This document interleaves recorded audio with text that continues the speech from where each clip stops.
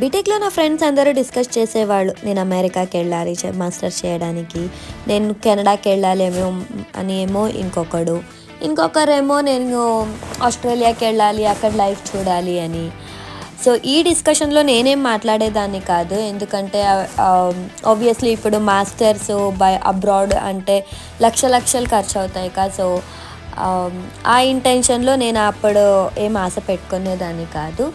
But ఒకరోజు ఏమైందంటే, నా ఫ్రెండ్ ఒకడు ఇలా మాస్టర్స్ గురించి అడగడానికి ఒక కన్సల్టెన్సీ అని ఉంటుంది, అక్కడ వెళ్ళి అడగాలని చెప్పినాడు. సో వాడితో అలా తోడుగా వెళ్ళిన ఏముంటుందని. అక్కడ కన్సల్టెన్సీ వాళ్ళు యాక్చువల్లీ మాకు ఎక్స్ప్లెయిన్ చేసినారు, ఇలా మాస్టర్స్ అంటే ఇలా ఏ కంట్రీకి ఎంత అవుతుంది అని చెప్తున్నప్పుడు అప్పుడు జర్మనీ గురించి చెప్పినారు.